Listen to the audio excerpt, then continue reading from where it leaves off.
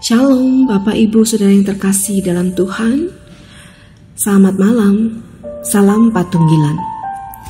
Puji Tuhan, kita boleh bersama-sama mendengarkan kembali renungan malam pada hari ini. Dan renungan malam pada hari ini akan saya kasih tema, pentingkah membaca Alkitab bagi pengikut Kristus. Dan bacaan akan saya ambil dari Mazmur 119 ayat yang ke-105. Tapi sebelumnya mari kita tunduk kepala untuk memohon tuntunan dari Tuhan. Mari kita berdoa. Ya Allah, Bapa kami Tuhan Yesus Kristus, terima kasih untuk hari ini.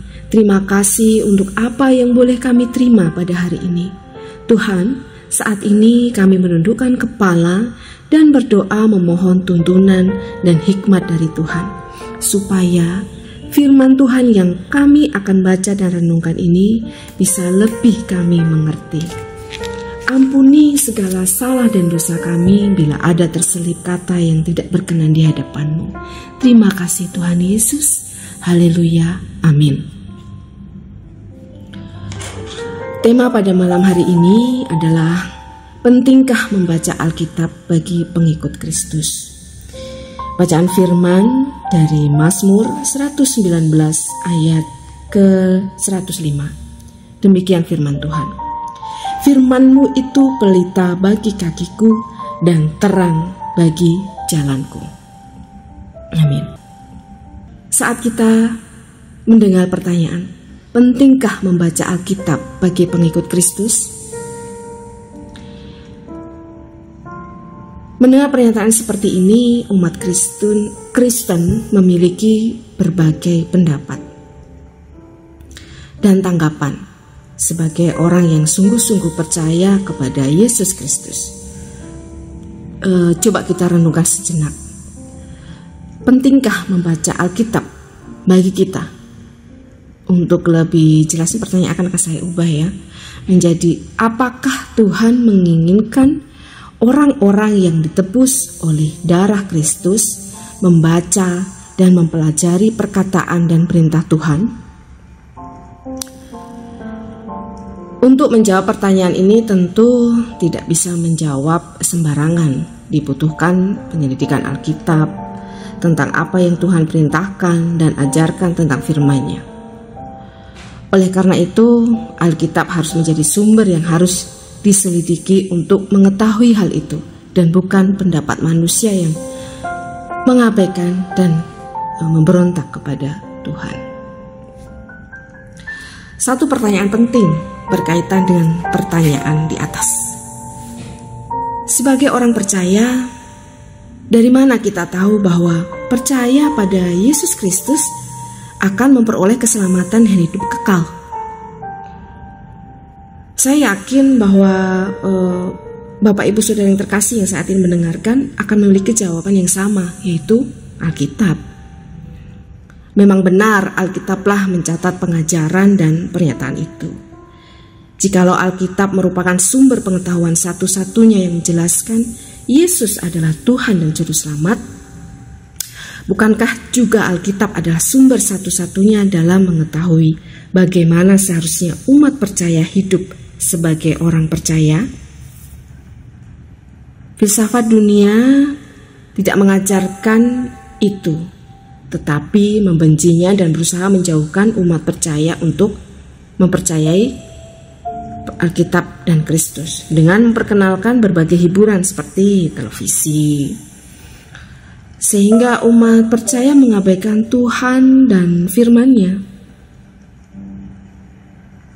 Ia berhasil merenggut hati orang yang mengklaim sebagai orang percaya dengan menghabiskan waktu berjam-jam di depan televisi ataupun di depan ponselnya, tanpa terlintas dalam pikirannya untuk membaca dan merenungkan firman Allah dan mendengarkan Tuhan berbicara melalui firman-Nya.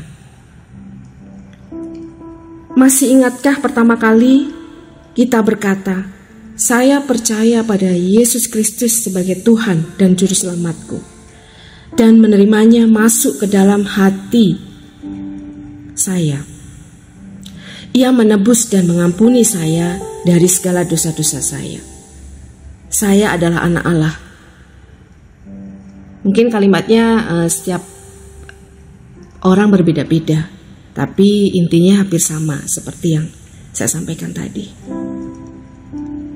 Biasanya orang yang menuntun seorang untuk percaya pada Yesus Kristus, ia tidak menuntunnya untuk berdoa pengampunan dosa, tetapi juga mengingatkannya tentang tanggung jawab seorang percaya. Ia pasti memberitahukan bahwa orang percaya harus 1. Berdoa, 2. Beribadah, 3. Melayani, dan 4. Membaca Alkitab. 4 hal inilah yang selalu ditekankan bagi setiap orang percaya baru. Lalu apa yang terjadi kemudian setelah waktu menjadi orang percaya? Lambat laun, keinginan menunaikan kewajiban sebagai orang percaya semakin hilang.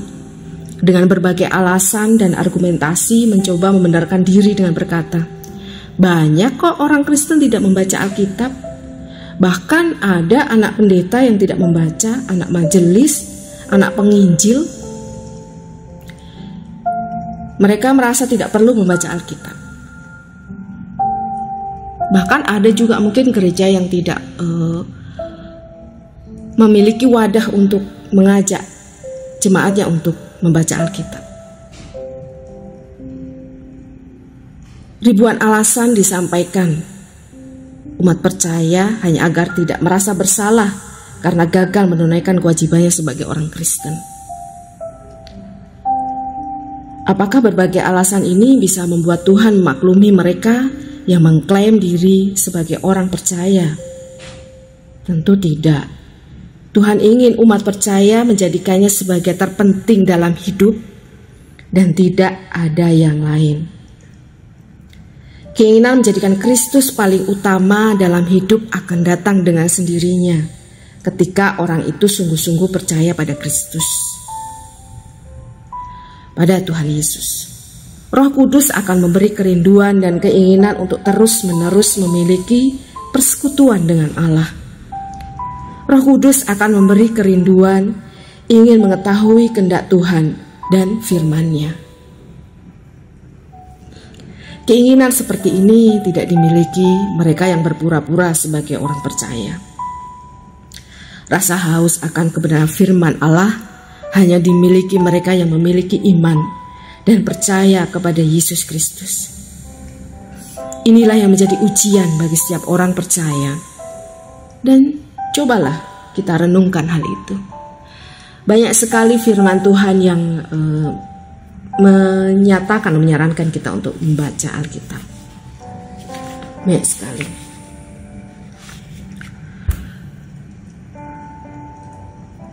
Demikianlah Bapak Ibu Saudara yang terkasih, renungan pada malam hari ini. Gereja kita sudah memiliki wadah di mana kita bisa belajar membaca Alkitab dengan gema. Dan cara membaca Alkitab pun kita sudah diajarkan.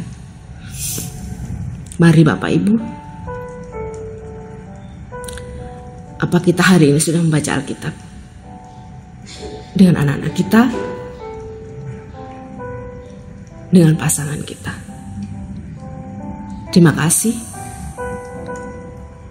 Selamat merenungkan. Tuhan Yesus memberkati.